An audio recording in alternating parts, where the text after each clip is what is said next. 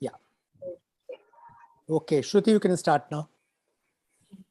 Good evening and good morning to all present. My name is Shruti Jalbad and I'm a research assistant at the Institute of Chinese Studies, New Delhi.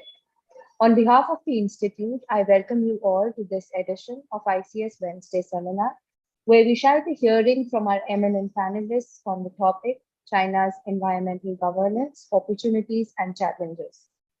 Joining us today is a diverse set of speakers.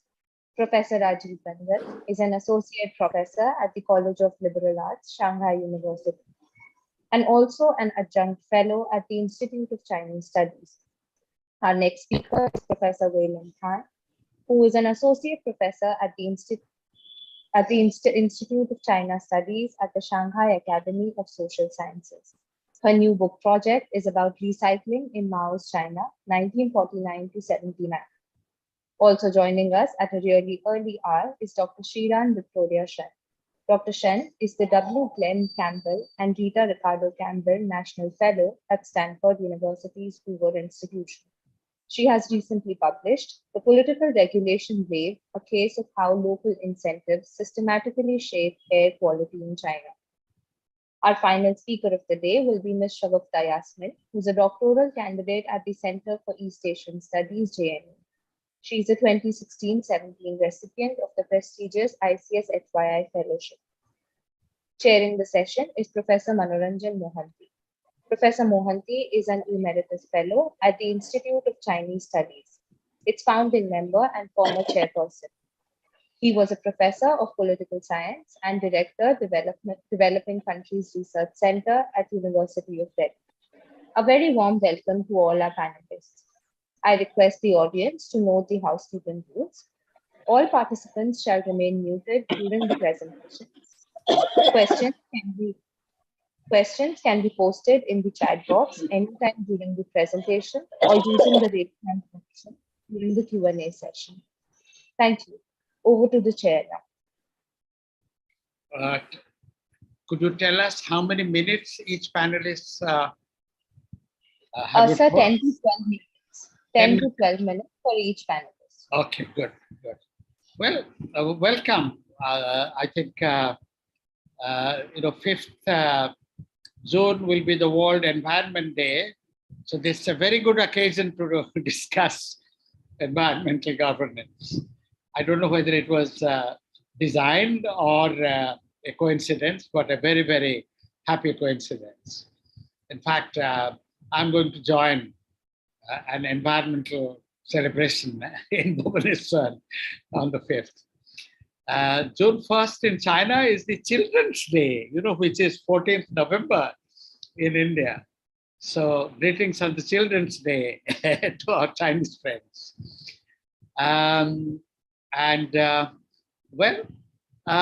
We have a wonderful panel, young, experienced experts.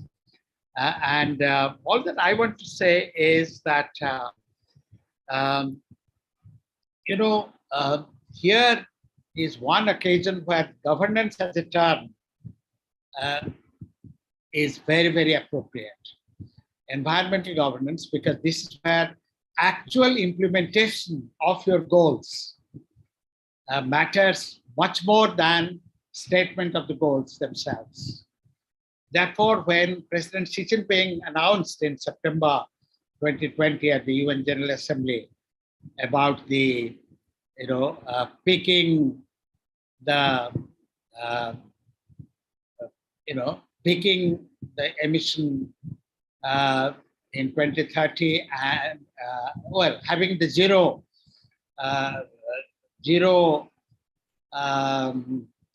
achieving zero emission zero balance, that is, in 2060. How to implement that? We have seen that from the 12th five-year plan onwards in China, there have been very strict standards, but even then, the implementation has been a problem. In the 13th plan, also environmental policies were very strict, but again, implementation was the problem. In the 14th plan, for example, we have a target of achieving, I mean, China has a target of achieving per unit GDP reduction 13.5%, and reduction of carbon chloride emission 10% of the GDP. Again, by 2025, at the end of the 14th plan, we will see how much of that has happened. The point is whether your development strategy propels a particular process, which then makes it difficult to achieve that target. If you, yes, you are reducing coal production and coal usage, you are expanding the renewable energy production and usage. I think China is world's largest renewable energy producer and user and exporter also. But even then, the rule of the modern world is produce, grow, pollute, control, and control desperately. Now, at Glasgow, we saw this dilemma. And many countries, including India, have promised very, very positive goals. And but whether implementation, whether governance, actual implementation has been achieved. That is the point we are discussing. And well, building a beautiful country has been a goal from the 18th Party Congress onwards. And I recall Rajiv Ranjan's contribution to our 19th Party Congress volume, China at a Turning Point. That was a very valuable contribution. So I look forward to a wonderful discussion this evening, this morning, wherever you may be. So welcome. And we begin with Rajiv Ranjan. Rajiv. Thank you, sir. Should I say my PPT? Sure.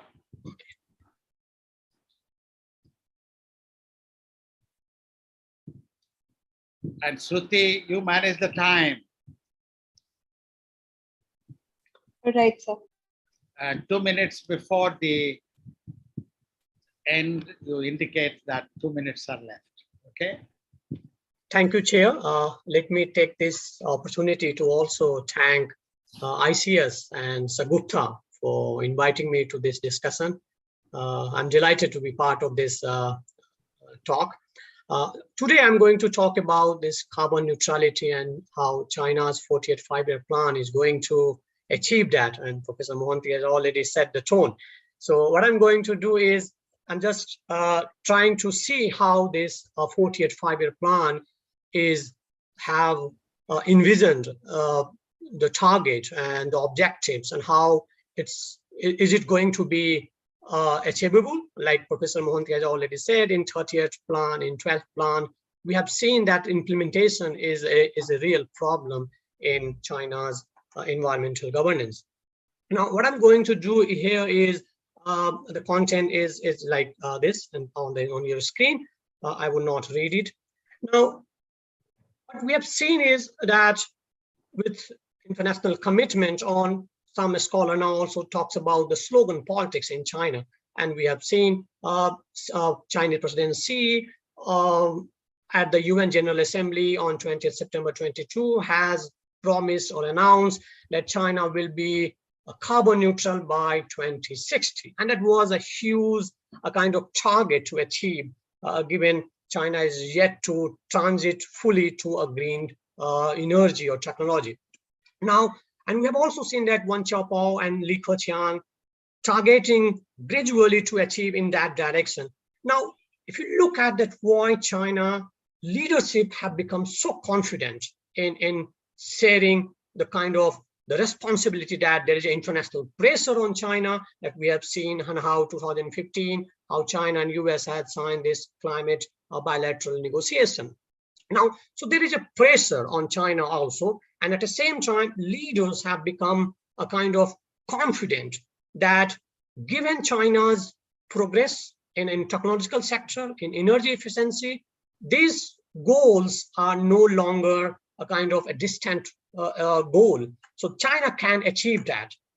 And we have seen how China is producing 70% of the world's 70% of the world's solar modules, 60% of lithium ion battery that we in India are also trying to emulate by transforming our transport to the green energy based. And then we have the 45% of the wind turbine. So all this gives China a confidence that China can achieve. And at the same time, what we have, and I mentioned earlier that in 2015, when China was signing this climate change negotiation with US President Obama, that's also, China is also deviating. I would say that it's deviating from the leadership of the developing country, where the developing country led by the basic country were on the forefront of this climate negotiation, where they were trying to protect the interest of the developing country, including India, China, and other countries. Now, what we see is China is seeking to kind of deviate or distance from this developing countries grouping, and now it is trying to come near to the developed country. We have seen what we have seen is that the European Union tried to announce that the EU will be a carbon neutral by 2050. China goes to say that, and China will be by 2060. So now there is a competition. I think it's good for global environmental governance, where we see that the major stakeholder in climate governance in trying to compete. And I think this healthy competition is good. But the point is how they are going to achieve those targets. And we have also seen that how Prime Minister Modi has also announced at the summit Glasgow that the India will be also be carbon neutral by 2070. So I think there is a kind of international pressure that's working perfectly on India and on China. But here what we see is once you have this international commitment, just after Xi has announced that this carbon goal, we see the Tsinghua school comes up with the whole comprehensive blue book, kind of like a model that how China is going to achieve those objectives. And we have seen that Tsinghua Institute for Climate Change released the China low carbon. Then we have Tsinghua 3E that I'm not going to delve on this because we have already discussed in 2021 when Professor Mohanty has put a special plan on All India China Studies Conference. So I'm not going to take more time on that. Now, coming to the 5-year plan, 4th-year 5-year plan, when the NPC endorsed on March 11, 2021, if you look, largely it seems it's a mutually supporting goals that the 5-year plan and 2060 climate targets. And this also goes in tandem with China's vision for eco-civilization and what called the beautiful China. And it's also in a way that China wants to achieve a moderately prosperous society by 2049. That is another centenary goal by China. Now, if you go into detail about this 40th 5-year plan, then we see that there are 19 sections, 65 chapters, and touching all aspects of development on next 5 years, we see. And also the China 2035 vision. The plan is comprehensive. It touches all economic, social, and environment. And its main underlying nature is that it's just a continuity of what is the 12th or 30th 5-year plan has done. But again, the problem is how China is going to implement. And since it's the only 1 year since it has been adopted, we have to see in the near future that how China is going to implement those objectives. Now, and why this 40-year 5 plan becomes significant is because it is also the first very vital years for this crucial initial decade of that leads to the 2060 deadline, and that is kind of setting the tone for the next 5-year plan to kind of peak the carbon neutrality. And if that China can peak by the end of the 40th 5-year plan, and this bend of the emission curves downwards, then it would, or China can be in a position that, in all likelihood, the target of 2060 carbon neutrality can achieved, and it will fulfill the Paris Agreement. Now, interestingly, what we see in the 4th five-year plan is there are 20 either indicative or binding main indicators of economic and social development. There are only 5 binding targets related to environment, and their focus is on capping energy and carbon intensity per unit of GDP rather than the level of emissions. So there we can see that how the 5-year plan is targeting. And if you compare with the 30-year 5-year plan, had 25 main targets, and of 10 were environmental related and also all binding. Now, say here we see a kind of like in the 40th 5-year, only 5 are a binding one. Now that's and so all the objectives and all the targets are open-ended. Now, some scholars believe that this open-ended target gives China leverage to maybe in 15th 5-year or within the plan years, China can construct or put more pressure on and it's like constitute to fulfill the target of the 30th 5-year plan. Now, I'm going to just take away some of the points, and that has been highlighted in 40th 5-year plan. Now, this is like we see that the share of non-fossil fuel in primary energy will be a kind of a binding target in 30th 5-year plan, one that is not binding or not indicative in the 40th 5-year plan. The plan aims to increase the non-fossil share to around 20% by 2025. That is up from the 2020, and at the same time raising nuclear power capacity by 70 gigawatt. Now here, the second one is reasonable controls on construction of coal power plants. That is, we have also seen run up to the Glasgow, President Xi has already said that China will not now invest in coal power plant outside China. So there was a lot of debate within China and outside, especially in China-Pakistan economic corridor, whether how the China invested power plant in Pakistan is going to cope up, or whether it's good for Pakistan that Pakistan will have more green energy. So that's a discussion also. But it also like once is reasonable control on the construction plan of the coal power plants within China, and at the same time we see that China is also going to a kind of decrease the amount of investment in the Pakistan or other countries this coal power plant. The carbon intensity control target is specified. This is to be supplemented with the control on total emissions, and as well as restraining higher energy intensity and high emission projects. Again, there is no targets provided in that letter.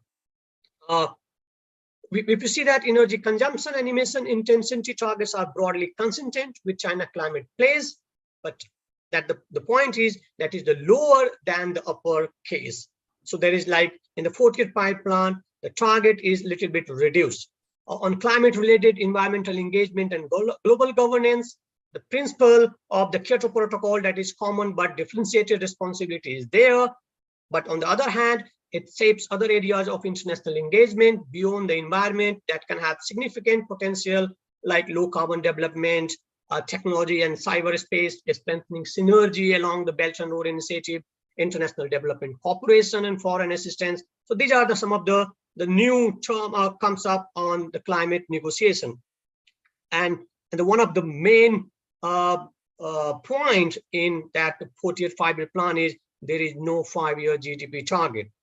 Now, this gives a kind of, again, a space for China to plan in between that how China can kind of continue with its climate change goal, and at the same time, it's a developmental target. So there is no such target kind of given, so that China have this kind of leverage to combine the both. And now, coming back to now this energy transition that we have talked about, now China currently imports around 72% of its oil in 2021. That is down from 73 in 2020, but it has not achieved the government efforts to cap at 62%. That China is trying to cap at the 62%. So still there is a 10% gap in the target and in the reality. You have little over a minute now, please. Sorry, sir. You have less than 2 minutes now. Okay, sir. Okay, sir. I will just finish. And the chairman of CPCIF has said that there is a force to peak carbon by 2020, and there is a falling oil imports. But if you look at in 2022, there is going to be introduced 30 new oil and gas fields. So there is a contradiction we see. And then China is also trying to see that the import of gas is, we have seen that now more than 50% of the gas consumption is produced domestically in China. So now China is going to be a kind of self-sufficient in a gas consumption. Now, if you look at, I think I should now just conclude. Yeah.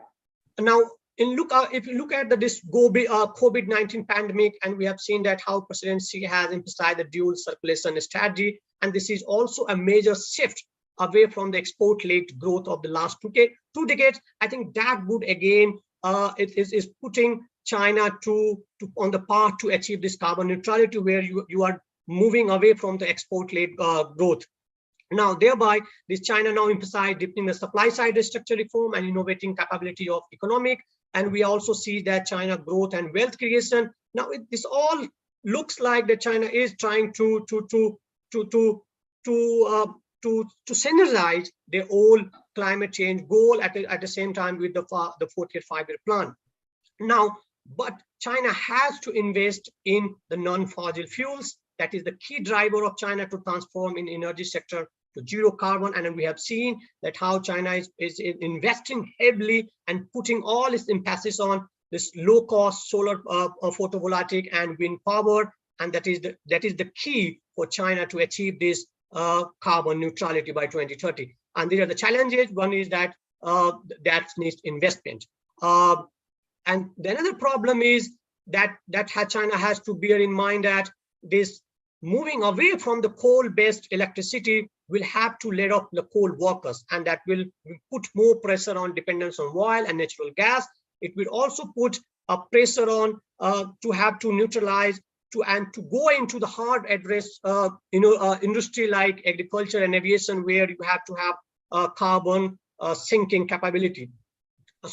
And therefore the one that is, and then China is also trying to have a new kind of urbanization that we have seen in the nearby the Beijing, where you try to absorb the laid off workers. So I think this whole process needs to look and to that how China is going to achieve this carbon neutrality under the first 5 year the 5 year plan, that is 4th 5 year plan of this 2035. So China is trying to achieve this carbon neutrality by putting the well thought out. And what I would say that this is a kind of where the society, where the academia, and where the government is trying to put their own the plans to achieve that. And I think I would be open to Q&A. So that, thank you. Thank you. Thank you very much. Rajiv has made two very important points. One, yes, the goals are achievable. That is peaking at the end of the 15th 5 year plan, that is 2030, and then carbon neutrality in 2060. But the other point he elaborates very well is that there are some flexibilities which allow that there will be problems. But with strict controls and strict governance and implementation, it is possible to go towards those goals. Thank you very much. Thank you very much. Next, we go to Professor Han Weilin from Institute of China Studies, Shanghai Academy of Social Sciences. Weilin, please. Thank you very much, Professor Mohandi. It's my great honor to receive the invitation from ICS, and I also want to thank Dr. Shagufta, Yasmin. We've been, well, she's a good colleague when we both visited the Harvard Yenching Institute in 2019 to 2020. So today, first of all, I would like to say that in Shanghai, we're very proud that in the past 2 months, we drastically reduced our emission and saved a lot of energy because of most of the factories and shopping centers, they were actually closed. But on just today, we have lifted the citywide lockdown, so I can now hear the car engine outside of my windows. But in the past 2 months, I can only heard the birds singing. But the latter half of this year is going to be a different story because we're going to catch up with our economy. So we will see the total emission by the end of this year. And today I'm going to talk about a different topic. It's about the making of China's recycling system from 1949 and to 1978. It is a project I'm now working on.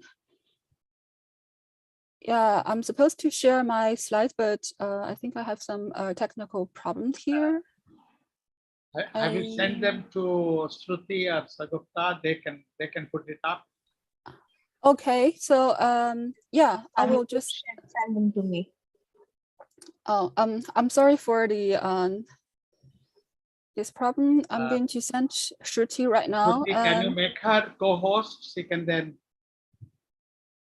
also show it. She's co-host, but I'm not sure what the problem is. I'll share the slides. But I think probably it's my own system. I haven't set it up for the slides, so I'm just going to send Shruti my slide and ask Shruti to play them for me. Just a minute. Sorry for the it's a little accident. Okay. Okay, Shruti, I've just sent you my slides. So I'm going to continue talking. So today I'm going to talk about the making of the Chinese recycling system and try to offer some reflections on this topic and to contribute to our discussion today on China's environmental governance. I'm going to talk about 3 things. First of all, I'm going to talk about how the national system of China's waste recovery and recycling took shape during the roughly 3 decades from 1949 on. And secondly, I'm going to talk about the guideline of recycling during that period, namely the idea of so-called comprehensive utilization, 综合利用 in Chinese. And thirdly, I'm going to talk about the waste collection campaign happened during that 3 decades. In other words, to see how the state mobilized the people to recycle. So please go to the 3rd page.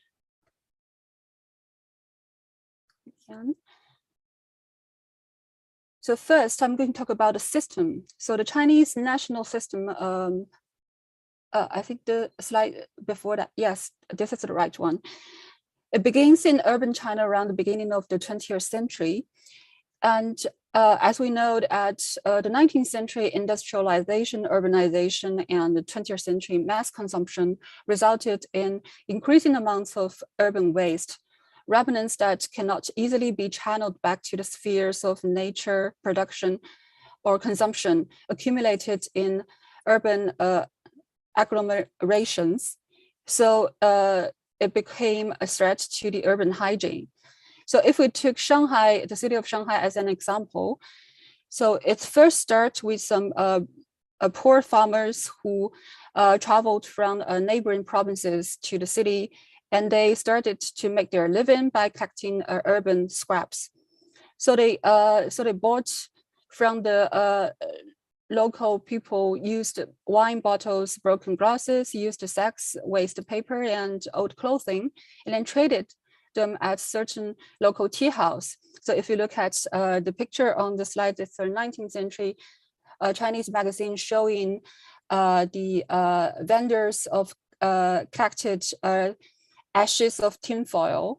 So our tin will be extracted from the ashes and to be reused. So the trade mode is to actually to have the business in certain local tea houses. It's a typical way to do business in China in the 19th century.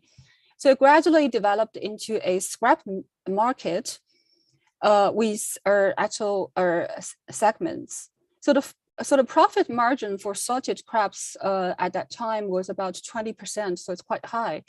So within a decade, scrap shops were opened and some of the collectors became shop owners, and then they hire new immigrant farmers to do the work. The most profitable segment in the scrap business was scrap metal. So the scrap metal trade boomed during the wartime, especially when Shanghai became an isolated island after the Japanese occupation in 1938, and then the Pacific War in 1941. During that time, virgin metals were no longer imported into Shanghai, so scrap metal became eagerly wanted and extorted by people from both sides of the war. So after 1946, when the war ended, the city of Shanghai needed to be rebuilt, and the demand for metals was particularly strong. Private dealers and national organs, such as the Central Trust Bureau and the Material Supply Bureau of the Republican government, and the UNRRA, it's the United Nations Relief and Rehabilitation Administration, they all shipped metals to Shanghai. So these metals included scrap metals collected from the battlegrounds all over China and in the war zone of the Pacific. So Shanghai became the center for the scrap metal trade. And after 1949, please go to the next slide. After 1949, the PRC was founded, and then economic recovery is the most pressing issue for the new state. And because of resource scarcity, ways to recovery drew the attention of the party leaders. Since 1953, the campaign called Increased Production and Practice Economy, in Chinese is called 增产节约, has pervaded everywhere and everything. So it put waste recovery and recycling at the center of the national economy like never before. In 1952, local supply and marketing cooperatives, 合作供应社 in Chinese, were instructed by the central government to collect waste, especially scrap metals, including the bronze statues and bells in the temples, idle equipment and parts in the factories that were liquidated during the nationalization of the private sector, 公私合营 in Chinese, as well as abandoned military installations, weapons, and ammunition. And then since 1955, the rural agricultural cooperation has entered a climax. The scraps business was also gradually nationalized. The state no longer needed to rely on the individual vendors, since it has built its own network in villages and towns. So in 1956, the National Supply and Marketing Cooperative issued an instruction called March Against the Waste. And it also issued a list of 60 collectible scraps. And then in the next year, it further demanded that scrap metals could only be acquired through the waste management departments of the county level cooperatives. So collectors were also required to do public education by doing lectures in factories, urban neighborhoods, and villages, as well as organizing exhibitions. So then when the Great Leap Forward came, the national network of waste recovery started to take shape and function. It was then the time to make the guideline of recycling. Yes, we should go to the next slide. So the second part is the guideline. So this is the party ideology. So on July the 7th, 1958, Premier Zhou inspected the recycling exhibition in Xinhui County in Guangdong province. So he called on the national commercial sector to learn the experiences of waste reutilization from the example of the Xinhui County. And in his speech, Zhou proposed the idea of making useless things useful, as well as making one-time usage into multiple usage. Later, the idea was further elaborated by Chairman Mao and became the Mao Zedong thought on comprehensive utilization. So please go to the next slide. So Mao's idea was heavily influenced by the Marxist materialism, which sees the nature as the material world, which human beings confront and change through applying labor and technology. So this is reflected in one of Mao's most famous slogans, 人定胜天, man must conquer nature. So perhaps it was not a coincidence that Mao thought about material transformation, accelerating industrialization along with the problem of labor surplus in the 50s, when there was a shortage of raw materials for the production end and a labor surplus in both the rural and urban areas. So waste reutilization was a way to tackle with the shortage problem, and it was also a labor-intense job. So in 1958, when Mao reread his 1950 article, "The Surplus Labor Found a Way Out," he made this comment. Please go to the next slide. Mao said, socialism not only liberated labors and a means of production from the old society, but also liberated the vast natural world, which could not be used by the old society. The masses have unlimited creativity. So then come the social campaigns on waste collections. So inspired by Mao's concept of these comprehensive usage, exhibitions of waste reutilization were held in big cities like Shanghai and Tianjin, where art crafts made from trash were on display. For example, the Tianjin exhibition had over 6,000 pieces of objects from 18 different provinces. Even the decoration and lighting system of this kind of exhibition were made from waste. Also, there were various statistics of how many raw materials have been saved for the state due to the effect of waste recovery. These exhibitions became the object lessons for the local people and also delegations of cadres from other places. So the cadres learned their lessons and strived to catch up. In the years between 1958 and 60, hundreds of books entitled The Comprehensive Usage of XYZ were published. So the key idea of comprehensive usage is the transformation of things. This requires the joint efforts of the scientists and cadres and skilled factory workers. So these books showcase the achievements of the local governments and also publicized the results of the scientific experiments of waste reutilization. And these books were also used as self-taught materials or manuals for the workers or the urban citizens. So here you can see on the slides, this is a propaganda post to show the collectors of the local waste shop.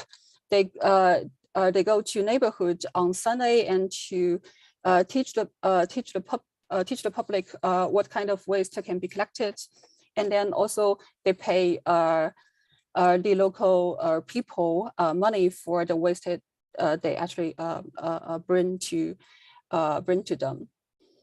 So after the Great Leap Forward, one actually cannot find many materials about waste recovery. Then fast forward to the Cultural Revolution period, you can see the publications about waste recovery appear again. And I think this has something to do with the making of the third five-year plan in 1963.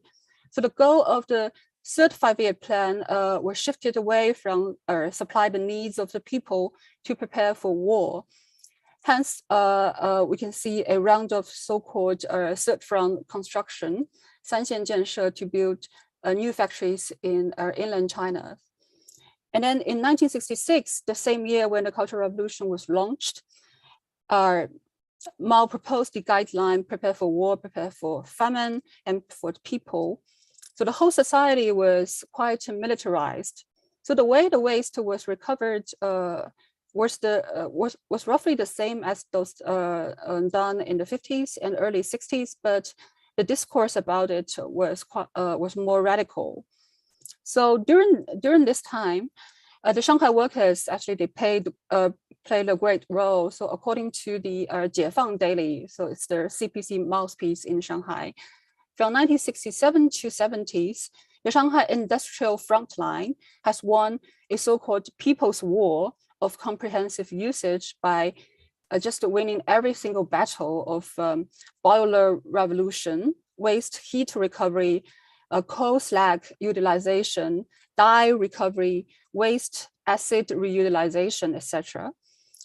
So it was striking to see how they actually perceive and tackle with the industrial pollution. So the toxic industrial waste was treated as resources that could be reclaimed through proper chemical reactions. So this turned the neighborhood waste recovery stations into small chemical workshops. And then it seemed to be like the heyday for those workers in the scrap business. They paint. Can you move quickly towards concluding? Another 2 minutes. Yeah. Yes, I'm almost. I almost reached the end. Thank you for the reminder. So the workers, they fished up floating oil from the sewers and collected ashes from the chimneys, reclaimed the silver from broken mirrors. And at the same time, they won the praise in the newspapers, and they even got to meet the national leaders. In 1977, there is a national meeting on recycling convened in Beijing to commemorate Premier Zhou's inscription on the Xinhui exhibition. So this starts a new round of the recycling. And this time, well, I think the goal is quite different, because after that conference, we can see more scientists were back into the scene, and more foreign information about waste recovery and environmental protection was translated by specialized institutions. So one of the earliest such institutions is located in Wuhan, which is a hub for domestic shipping trade, and also the epicenter of this COVID pandemic. So in the early, so the last slides, please. So in the early 90s, we can see the term comprehensive usage was replaced by the idea of a circular economy. And this is a idea brought from Europe and Japan. And then we can see the new narrative arose to make environmental or protection as a competition between different governance modes, especially between a socialist and a capitalist system. And the lack of efficiency in the socialist industry is invoked as a major pollution factor. And I think in the 90s, China actually followed that idea. So up to 2019, we can see there's a new national waste sorting system, which is to encourage marketization of waste collection. So no more vendors and no more national-owned waste stations. And then also no more trash imported from the other developed countries. So this actually starts a round of internal circulation of the waste in China. So what we can learn from the story of recycling, I think one question I can ask is that whether the current emission control is becoming a new competition between different governance modes. At least in China, I think the leadership will care that very much, since we can see that China choose a top-down strategy. So if this strategy win, then this will showcase the effective leadership of the current party and government. So thank you very much. Thank you very much. You know, it was really fascinating to have, after a long time, a Chinese scholar talking in depth about a period on which recently there has been less research, and that too on the environmental dimension, the particularly this comprehensive utilization strategy. And the theoretical part, I hope we will have an occasion to discuss this man must conquer nature. What does that mean? And that was very, very fascinating. And from comprehensive utilization to circular economy, that changed. That was another very interesting thing. Whether the earlier model was only top down or also bottom up, or it was a combination of both, and whether that is what is needed. So that would be very interesting to take as a reference point. Thank you so much. It was most interesting paper. Wailing, thank you. We now move to Sharan Victoria San, from Stanford. Sharan, please. All right, thank you. So I am very delighted to participate in today's event, and I want to thank our host for organizing. And let's see, I am trying to slideshow, presenter view, okay. So opportunities and challenges in China's environmental governance is a very broad topic. And in the limited 10 minutes to follow, I want to highlight what I believe to be an important set of opportunity and challenge, mainly drawing from the findings of my recently published book, The Local Pollution Regulation Wave, a case of how local incentives systematically shape air quality in China. Sure. So in the policy implementation literature, the two main factors for successful local implementation are to get the incentives right and also enhance monitoring. However, that may not always hold. And one big challenge is to reduce the level of policy ambiguity. In the next few slides, I will explain that using the contrasting empirical cases of sulfur dioxide and PM2.5 control in China in the past 2 decades. So first things first, to get everyone in the audience on the same page, I'll give a quick overview of the components of air pollution.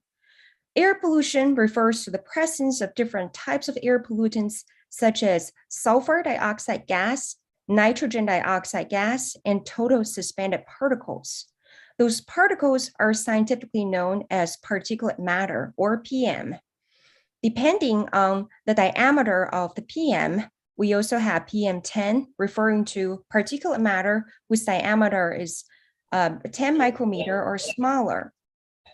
And among the PM10, we also have PM2.5, referring to those whose diameter is at 2.5 micrometers or less. So reducing sulfur dioxide emissions involves a low level of ambiguity.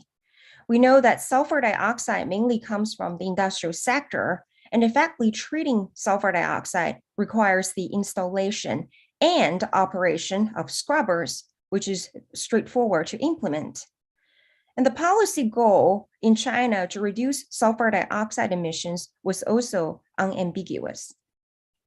Under both the 10th five-year plan, which covered the period 2001 to 2005, and the 11th five-year plan, which covered the period 2006 to 2010, the goal was to reduce sulfur dioxide emissions by 10% based on 2000 and 2005 levels, respectively. However, there were two critical differences between the two five-year plans, and one has to do with incentive structure. Unlike the 10th five-year plan, the 11th five-year plan made reduction targets binding and tied to local officials' promotion in most provinces. The other differentiating factor between the two five-year plans had to do with monitoring. Under the 10th five-year plan, data were largely self-reported and unverifiable.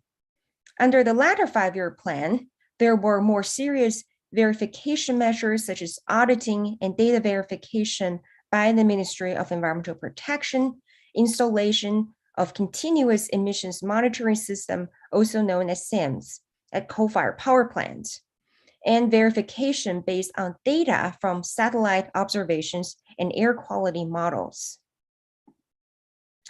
What I observed based on officially reported sulfur dioxide statistics was that top local leaders gradually ordered laxer regulation of sulfur dioxide emissions during their tenure before 2005 to prioritize other goals such as social stability. And the pattern is consistent with my field interviews. One staff member at an environmental protection bureau told me that sometimes they would receive phone calls from the prefectural party secretary's office to apply laxer regulation of large factories that hire predominantly male workers. And the goal was to let those highly polluting firms operate so that workers will be kept on their jobs and not protest and cause disruption to social stability. And in my book, I refer to this pattern of gradual relaxation of pollution emissions, the political pollution wave. So after 2005, when sulfur dioxide emissions reduction became a binding target for local officials in most provinces in China, both official and satellite-based statistics would suggest that regulation became much more regularized over time, more Weberian-like. In the book, I call the pattern the political environmental protection wave. Regulating PM 2.5 was a very different story. The policy goal to reduce PM 2.5 concentration was an unambiguous one. So under the first phase of the Clean Air Action Plan, which covered the period 2013 to 2017, reducing PM 2.5 pollution in 4 regional clusters by specified percentages by 2017 became mandatory and binding targets in the country evaluation system. The regional clusters that received binding targets to reduce PM 2.5 concentration were the areas off and surrounding Beijing, the area off and surrounding Shanghai over here, and in the south, 10 prefectures, the Pearl River Delta region, which covered 10 prefectures in Guangdong province, and also the area of Chongqing municipality. In terms of monitoring, the 12th five-year plan, which covered the period 2011 to 2015, made it mandatory to monitor PM 2.5 in those 4 regional clusters. However, there is a fair amount of ambiguity in the means of reducing PM 2.5. PM 2.5 is extremely wicked due to its small size. It's able to travel deep into the lungs and trigger strokes and cause cancer. It is the most dangerous type of air pollutant. PM 2.5 is also shockingly precarious, and efforts to comprehensively identify the origins in China are still ongoing as of the time of this presentation. And successfully reducing PM 2.5 so far has often involved drastic measures such as shutting down business operations across various sectors.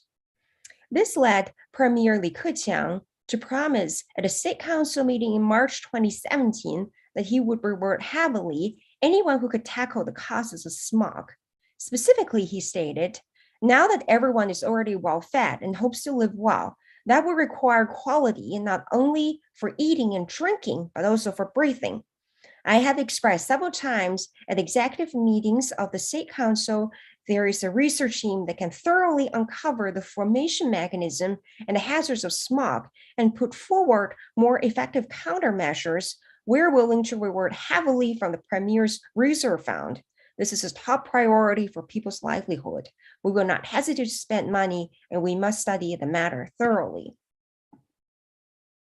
The precariousness of PM 2.5 has to do with its complex secondary formation processes. Scientists are continuing discovering new precursors for PM 2.5. For instance, a 2020 study found that water vapor from combustion processes and also desulfurization processes can enhance the formation of secondary aerosols. At a State Council meeting led by Premier Li Keqiang in September 2020, Experts also identified the overuse of ammonium in treating NOx emissions as a precursor for the formation of haze. Such complexities may explain the severe haze incidents in northeastern China in early 2021, despite substantially reduced traffic and industrial operations amid the COVID-19 lockdown. As you can see, without full knowledge of precursors, some efforts to treat PM 2.5 can become counterproductive. So what I found was that similar to the sulfur dioxide regulation case, before 2012, before PM 2.5 became a criteria air pollutant, I observed using satellite statistics, the political pollution wave phenomena. Basically, local leaders were ordering laxer regulation of PM 2.5 pollution sources in order to prioritize other policy goals like social stability. However, after PM 2.5 became a criteria air pollutant, both official and satellite-based statistics would indicate the continuation of a political pollution wave for PM 2.5. But there is a caveat, and that is that based on official statistics, the political pollution wave substantially dampened in treated cities than in non-treated cities. But the satellite-based statistics would indicate that the political pollution waves in treated cities were statistically indistinguishable from non-treated cities. And this may indicate that the official statistics may not always have been accurate. And conclude in another couple of minutes. Yeah. Thank you. I am very approaching the end of the presentation. So the caveat here is that as indicated on the previous slide, there are some measures that were thought to reduce PM 2.5 were actually enhancing PM 2.5 pollution. A common way to treat pollution in China among the industries was to sprinkle water near hot exhaust ducts. And that may work for large particles, but that would not work for the finer particles like PM 2.5 because water would very quickly become water vapor that would enhance PM 2.5 formation. And one of the other factors would be the overuse of ammonium to treat NOx. Ammonium itself is also a precursor. So to sum, a set of opportunity and challenge for China's environmental governance would be to create the right incentives and also increase monitoring. However, for that to work, the policymakers would need to find ways to reduce policy ambiguity. While my study was focused on air pollution regulation, these more theoretically oriented findings would also have implications for China's current and future efforts to contain carbon dioxide emissions. Thank you. I will stop there. Thank you so much. Another excellent paper. Policy ambiguity.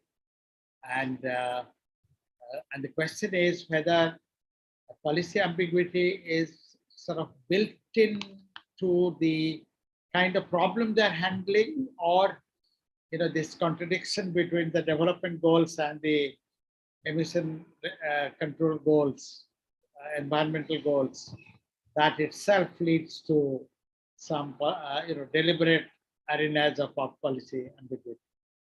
It's fascinating, particularly how the research on PM 2.5 has evolved. Thank you so much. Now, the last speaker is our own Sagupta Yasmin, Harvard-Yenching fellow who has put this panel together. Thank you, Sagupta. Yes, Sagupta. So I'll share my screen. Yes. So my screen is visible. Yes. Yeah.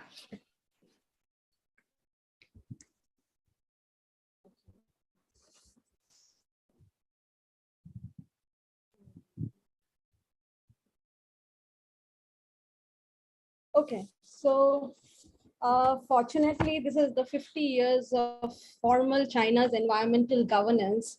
And I'm glad that we are having this panel.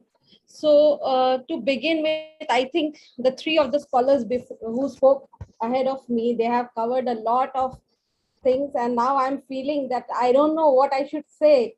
So much has already been told. But anyways, I'll try my best to cover up with what I have got in my own basket. So to start with, I'm working, I have worked on this project of China's environmental, governance. So first I would look into the factors that have,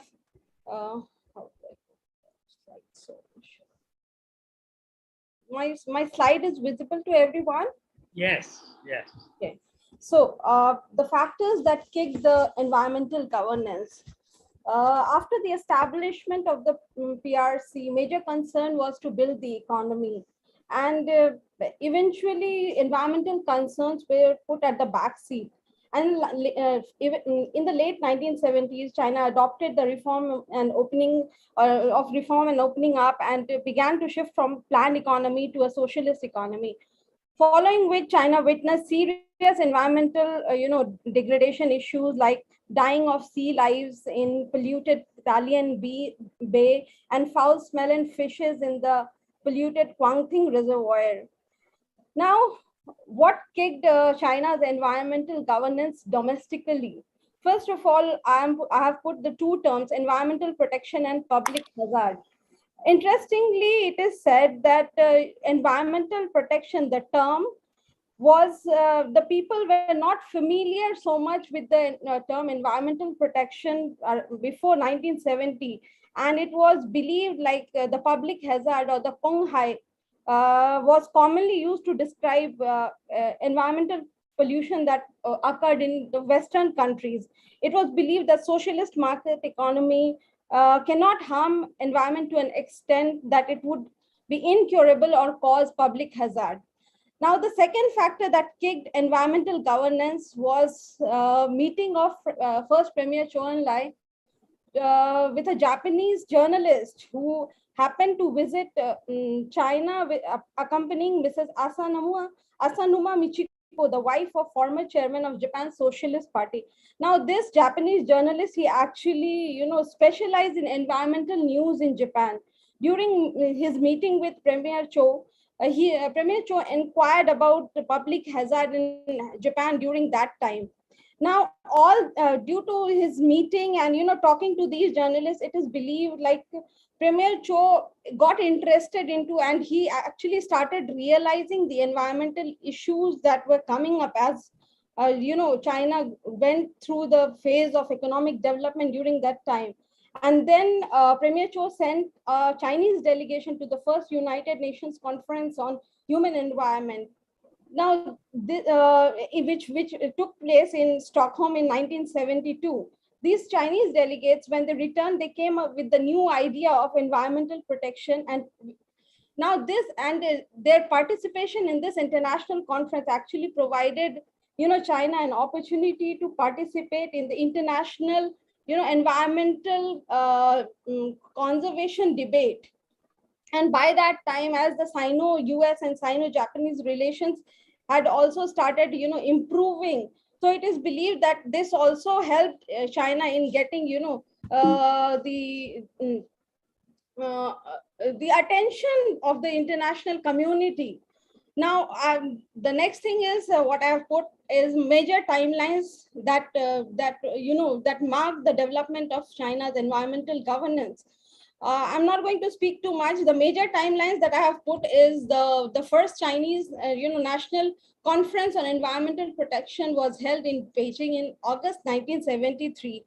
It was in this conference, the Chinese government proposed the 32 Chinese character building guiding principles for environmental protection. Now, these 32 Chinese characters, they actually laid the foundation of Chinese environmental governance during that time. And in 1974, the State Council established the leading group on environmental protection. Now, this composed of members of 20 ministries and state commissions such as the State Planning Commission, Ministry of Construction, Ministry of Industry, Ministry of Agriculture, Ministry of Transportation, Ministry of Water Conservation, and Ministry of Public Health. Now, this leading group actually marked the beginning of environmental administration in China. On 13th September 1979, China, it came up with the environmental protection law in the trial basis, which was enacted at the 11th meeting of the 5th National People's Congress. And in 1982, when the constitution was adopted by the 5th National People's Congress, China, included a clause on environmental protection. And this clause actually mentioned that the state should protect the environment and natural resources, prevent pollution and other environmental disruption. And this was the first constitutional regulation on environmental protection in Chinese history, which further laid the foundation of legislation of environmental protection policy in China. Now, in the second National Conference on Environmental Protection, it took place in 1983. So, like these are the timelines. I would just look into the major ones, and like as it has already been in 1994, the Chinese government released the China's Agenda 21 white paper on population, environment, and development. And in July 1996, the 4th National Conference on Environmental Protection was held, and two actions were advocated during this conference. One was the National Plan for Total Emission Control of Major Pollutant Discharge during the 9th Five-Year Plan, and China's planning for cross-century green projects. And in 1996, interestingly, China came up with, launched the 3211 project. And what the 33211 pollution control program was, that the three rivers, Huaihe, Haihe, and Liaohe, the three rivers, the pollution will be controlled, and the three lakes, Tien Lake and Thai Lake and Chao Lake. And there were two control zones, the sulfur dioxide drain zones, control zones, and the acid drain zones. Now, one refers to one city, which is Beijing, and the other one refers to Bohai Sea. So as per this program, the waste discharged by all key industrial enterprises in Huaihe River Basin needed to basically meet the standard by 31st December 1997. Otherwise, they were, they had to be shut down or suspended for the operation. Now, what is the relation that we see when we look at environmental protection in China and the Communist Party of China? We see like China's ecological environmental protection is closely related to the two central pillars, which are actually the pillars of the legitimacy of the CCP. One is the economic growth, and the second one is the public safety. Now here, this actually shows PM2.5 related deaths in China, where you can see like how air pollution or the PM2.5 has played a significant role in damaging the people's lives in China.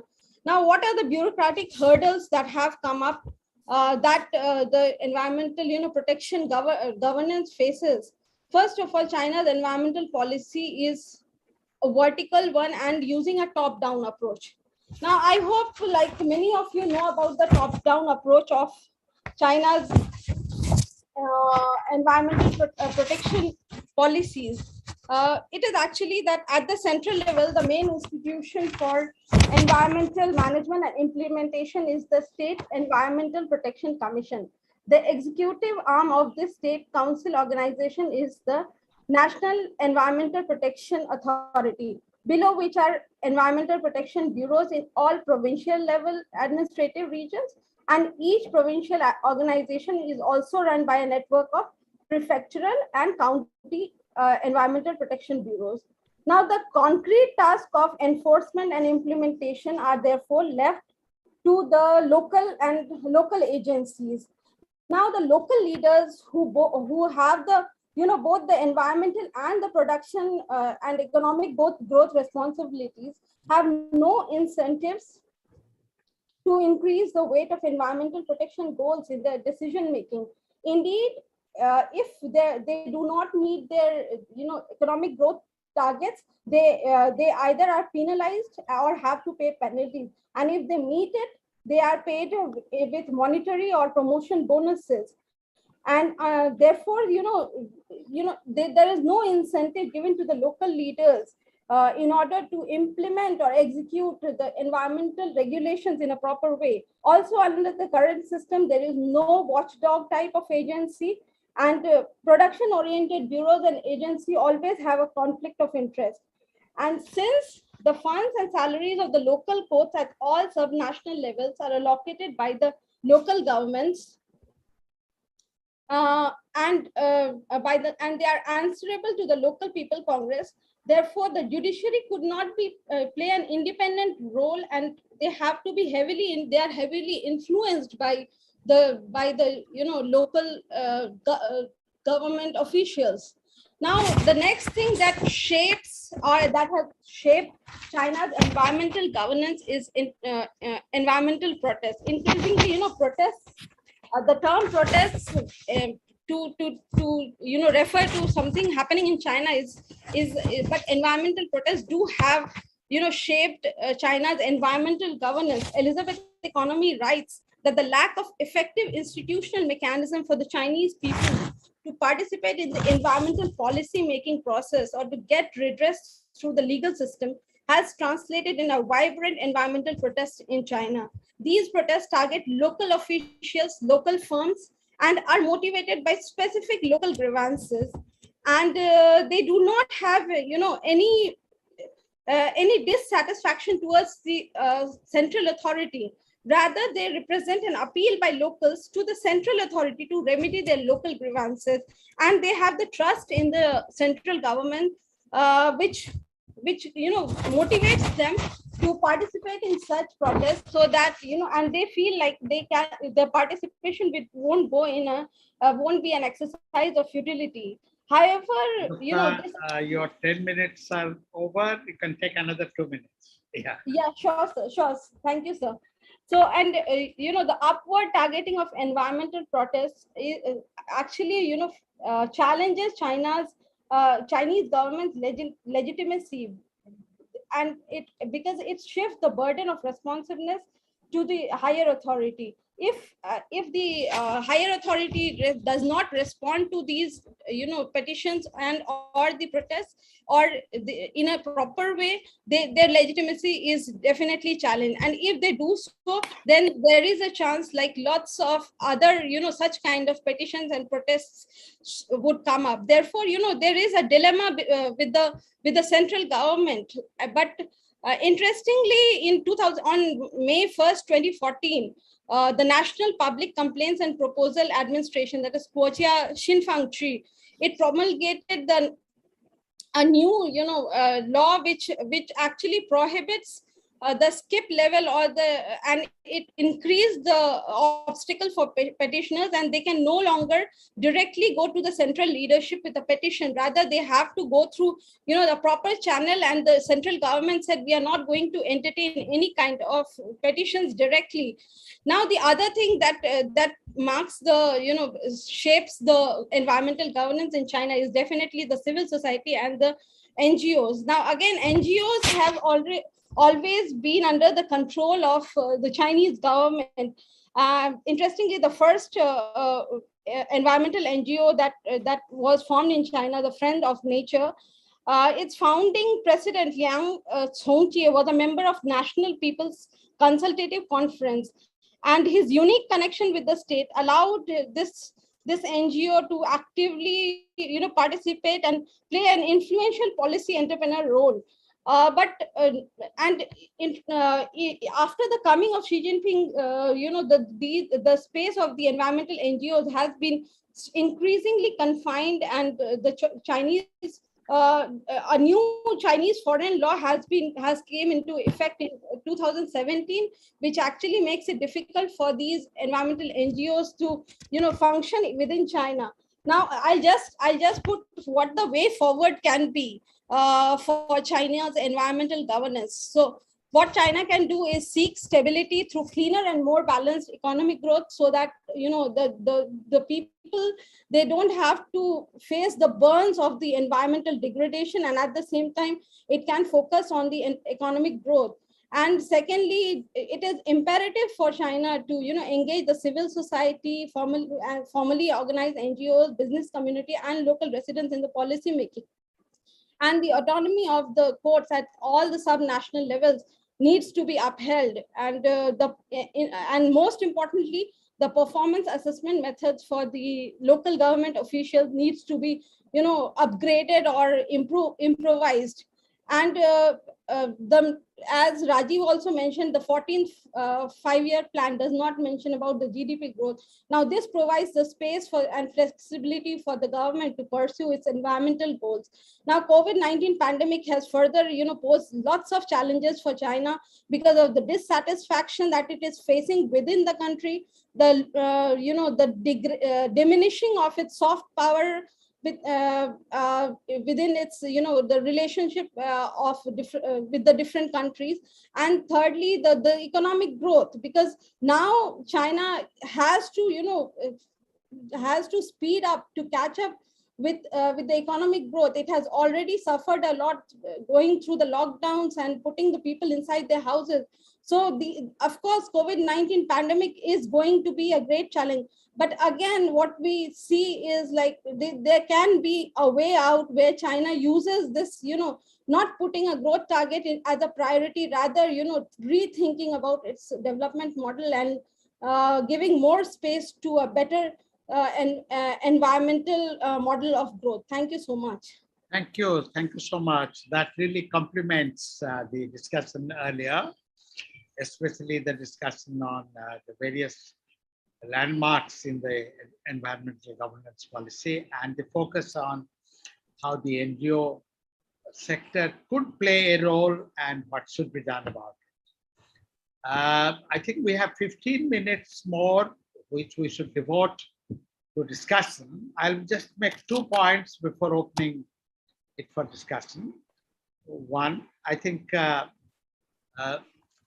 between the state and the party and the civil society, the responsibilities for governance in the environmental sphere, how is it distributed?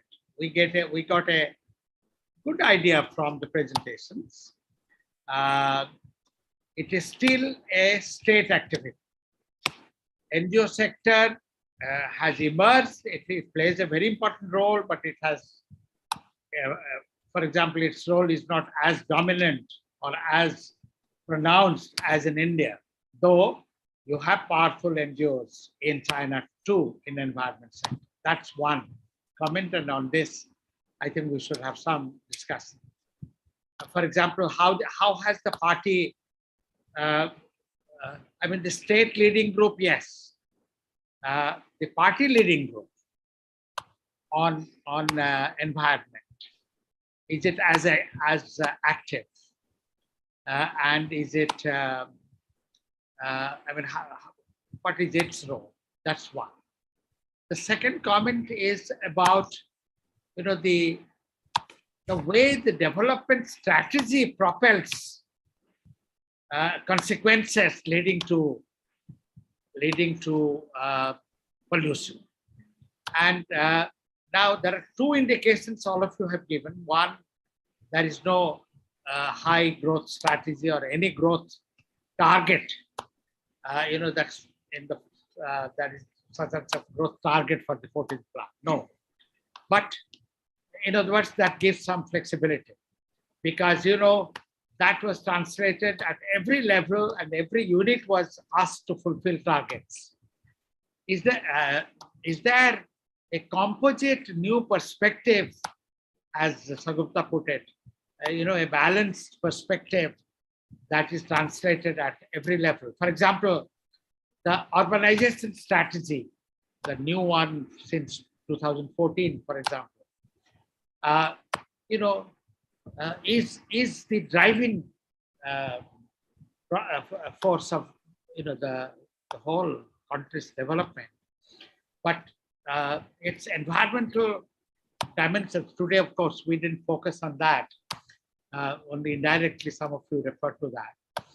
But that's a major aspect of environmental pollution control. So the production, on the one hand, economic production, industrial production, and urbanization on the other. Because both these are related to not only production patterns, but also consumption patterns and lifestyle. And lifestyle is the key to environmental management, environmental performance. Well, let's have some questions from the audience, and then we will go back for some responses from the panelists. And Shruti, please help in this. Yes, sir. So we have several questions in the chat box. Okay, so first we have questions from Apur Raj. He has two questions. What is the current state and form of messaging of the Chinese government in order to balance the economic aspirations to restore economy and environmental concerns among the masses? And the second question, sir, should I read that out at the same time? Let's take between the polycentric European Union approach and the Chinese centric approach towards tackling environmental issues, how does the scope for activist persuasion by academia, youth, public for pro-environmentalist policies vary? And then I have posted 3 questions for each of the speakers. For Dr. Shan, what was the role of public demand in the extent of policy implementation, especially because the issue is of air pollution? For Professor Pan, you mentioned in your slide, emission controls becomes competition between different governance models. So could you elaborate on that statement? And finally, for Professor Ranjan, your first slide was titled International Commitment versus Domestic Obligation. So could you talk about the contradiction between the two, or is it that the Chinese public is largely behind government's goals? And then we have one final question from Jaideep Kadvi on YouTube channel. How were India and China left out as outliers in COP26 joint statement by insisting that language on coal should be changed from phase out to phase down? Could they have included other countries, for example, Australia? Okay. Yes, sir, that's what we have. So, shall we go in the same order, Raji, to start? Whichever questions you can take up.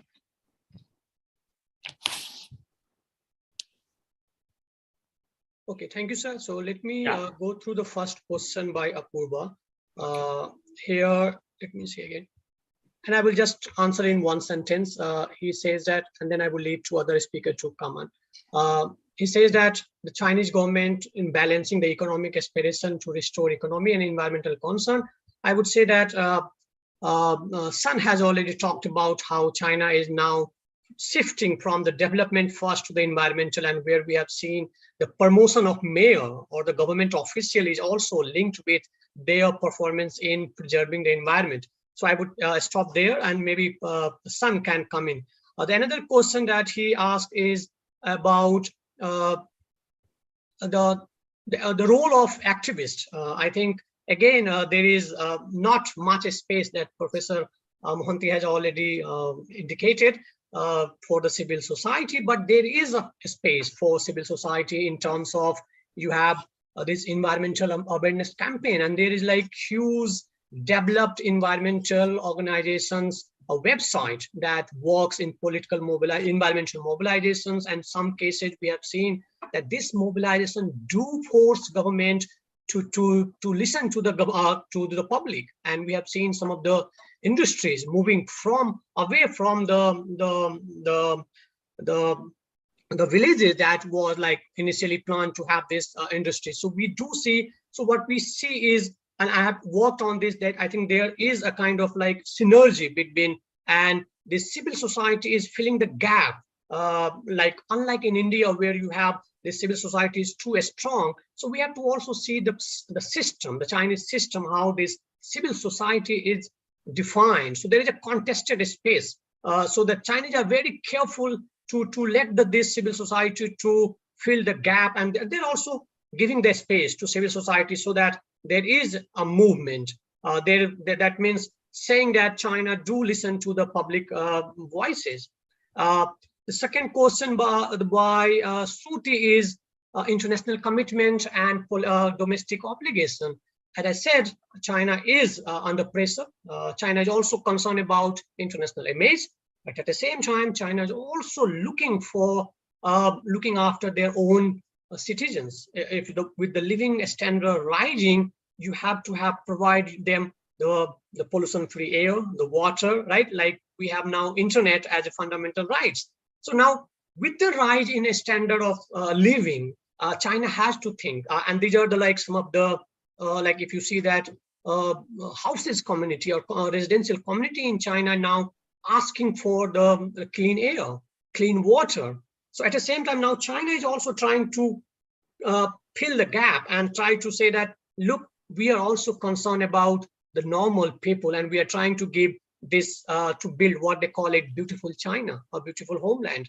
So this term, the beautiful China, is also somewhere linked to the developed China, or we see that the China rejuvenation.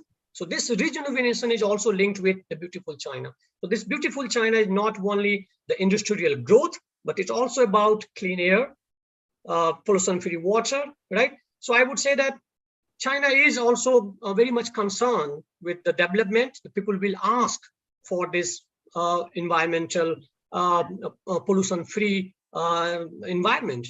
So that's why I would stop here. Thank you. Wei Lin.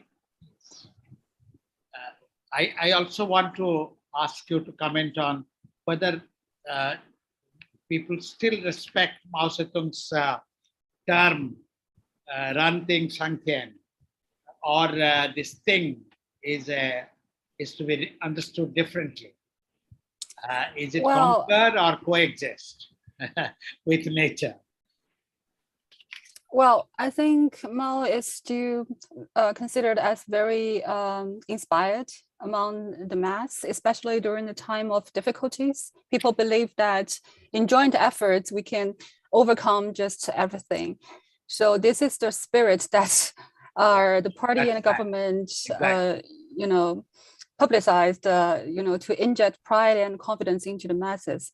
So I would like to offer my answer to this first questions. I think maybe the audience has heard there's the Two Mountains theory of President Xi Jinping. So the Green Mountain is also a gold mountain.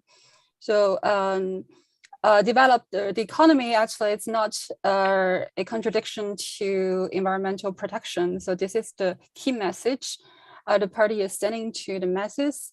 I think you have to balance the aspirations of the urban middle class and also the low income masses in the urban and both the rural populations. So just in last year, there's a new slogans called common prosperity. I think this speaks directly to Xi Jinping's idea of the two mountains. So if we protect the environment better, and then there will be more economic opportunities in the rural areas. For example, organic farming and also tourism can be developed in the rural areas because China has such a developed e-business platform, and also we have the nationwide transportation system. So just everywhere can be connected with the economic and the population centers. So I think this is the message the government tried to send to the people. So in the past, I think the rural areas, they had to take a lot of highly polluted industry, but now these industries can be moved out, and then the rural people, they can actually have their say in what kind of economy they want to develop in their native places. Thank you. Yes, Saran, please. Oh, Thank you. So the question is about the role of the public in China's policy formulation and implementation. And so, as the China scholars in the audience know, that for a very long time, the public was basically not part of the policy process in China, but that began to change about 20 or so years ago. As one of the early works on this is Andrew Murtha's China's Water Warriors, where he documented how the public and NGO played a role in policy formulation when it came to dam building in China. And when it comes to air pollution, how did the environment become important, suddenly become important in China around like year 2010? It had a lot to do with public demand. So in 2008, the U.S. Embassy in Beijing installed a monitor on their rooftop to basically tweet hourly PM2.5 concentration readings. And the stated goal was to inform American citizens living in Beijing about the severity of air pollution. However, the Chinese public got hold of those reportings, and around in 2010, they compare the U.S. Embassy reportings of the air pollution concentration, which was above the charts. It's like it's way exceeded the API index of the U.S., but the Beijing government reported only slightly polluted air. And that caused public outrage, and Beijing residents started demanding cleaner air and also more accurate reporting of pollution. And the Beijing government responded by saying that the U.S. Embassy measured PM2.5 concentration, while we measure PM10 concentration. Those are particles of different sizes, so the readings are not necessarily comparable. But the public demand did have an effect of basically the Beijing government and subsequently the central government devoting a lot of attention to air pollution and just environmental issues in general. So that is a prime case of how the public in China has started to play a pretty important role in what gets to the top of the policy agenda and also policy formulation. And when it comes to policy implementation, the public is also actively playing a role. About 10 years ago, the central government ordered the installation and operation of almost 2,000 US EPA grade monitoring stations spread across the country. They were required to basically publicize the real-time pollution readings to the public. And there is an NGO called IPE in China that created an app called Blue Map. And it's a very handy tool, one-stop shop for all the pollution emission statistics near where you live. I've used that map when I was living in China. It's very helpful. So and the public can basically report if they see a reading that's particularly high, or they observe certain pollution activities that they believe to be illegal or to be above what's allowed. They can report. There's a hotline that they can basically report the polluting factory to the Environmental Protection Bureau, and it's logged into the system. They have to investigate the incident, and if verified, they would impose certain punishment on the polluter. Thank you, Sagupta. Yeah, so for the environmental NGOs, first of all, since the re-emergence of civil society in China, it has never marked by social or democratic visions. In fact, there has always been party and state control, and it has been very clear that on the choices of what organizations the government is going to facilitate and what organizations is going to suppress. And it's not like, and of course the public participation and awareness on environmental issues has played a massive role in bringing the issues to the central government's in the eyes of the central government. For example, the journalist Hai Ching's documentary Under the Dome, she actually self-funded the documentary, and when she launched it online, within 48 hours, it was removed. But within those 48 hours, it received 100 million views. And by that time, there was a national debate, because what she said is like she made that documentary because her daughter had lungs tumor, and she actually blamed the environmental pollution in China, the air pollution in China, to be responsible for the tumor that her daughter had.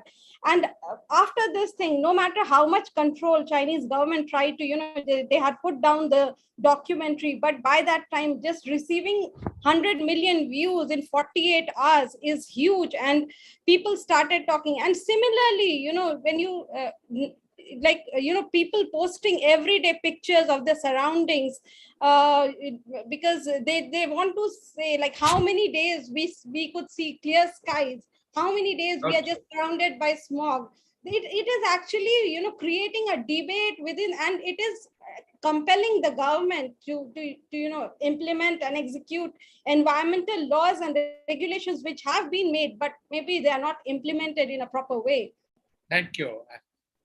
Last time the Chinese published mass incidents, the large number, one analysis by the party school had indicated that 60% of the mass incidents were on environmental issues. And I hope, and that was many years ago. For the last 10 years, there has not been, publicity about the number of mass incidents. But we know the large number. So it continues to be an issue, but I think both the state, party, and people, that is civil society, all three sectors are now very conscious of this. And as one of you pointed out, one of the questioners raised it, the global consciousness as well as the people's consciousness within the country both continue to make an impact on this. And that is why the policy ambiguity will be less and less, I hope. And thank you very much for an excellent panel. And Shruti, you have to make some announcements. The major announcement is that thank you to all the panelists and the participants for their contribution. And to the audience members, we hope to see you all at the seminar next week. Thank you again and good evening. Thank you all.